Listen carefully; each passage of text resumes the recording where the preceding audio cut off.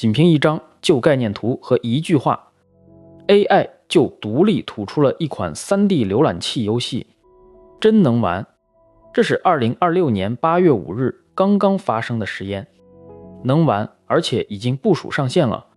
这成功部署上线的成果，来自 Anthropic 的 Claude Fable 5，直出了。它不是在本地跑，是在网页端直接开工的。Claude Fable 5回顾本频道过去几个月的追踪，你曾以为模型更新重点不在能力或判断，但 Fable 5直接打破了这个判断。它证明了 AI 不只是能修补代码段，而是能独立开发完整应用。开发者 Simon Willison 翻出了2022年8月5日的一条旧推文、旧废案。当时 GPT-3 生成了浣熊盗窃的游戏描述，刀力画了概念图。4年后的今天，他把这些废案直接喂给了 Claude Fable 5。这些废案提交后， AI 在代码提交后仅需30秒就部署上线，快得有点让人反应不过来。账就这么简单，他不光写前端代码，还自己调用 OpenAI 的 GPT Image 撬接口去生成游戏纹理，全自主，跨工具协同，根本不需要人在中间倒腾图片，整个过程它完全自主。在完全自主下，底层基于 Three.js 库搭建的它，甚至写出了能追踪，能在12个单位内精准追踪气味。这逻辑放独立游戏里已经像那么回事了。不过社区评测也坦言， AI 生成的玩法评价其实比较平庸，有瑕疵，桌面端也偶有显示不全的瑕疵。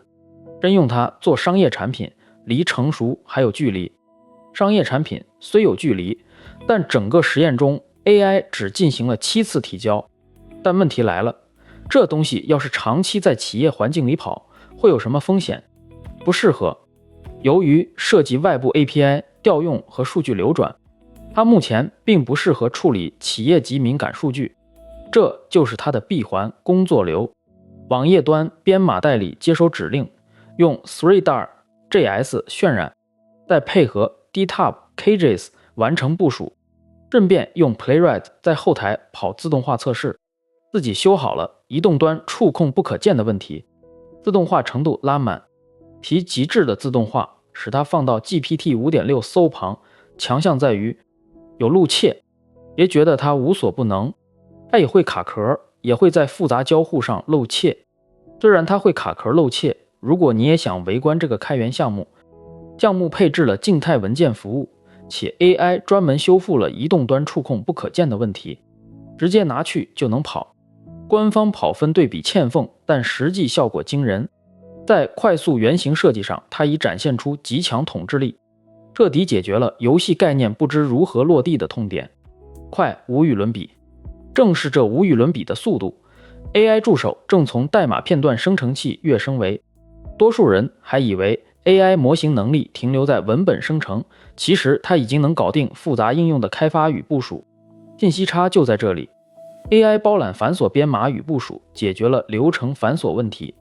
开发者核心竞争力回归纯粹创意和玩法设计，设计比编码值钱，这就是现实。先确认许可证准不准商用再碰，建存低于 8G 的机器就别试了，生产环境敏感数据别让它碰，否则开发部署流程更繁琐。收工。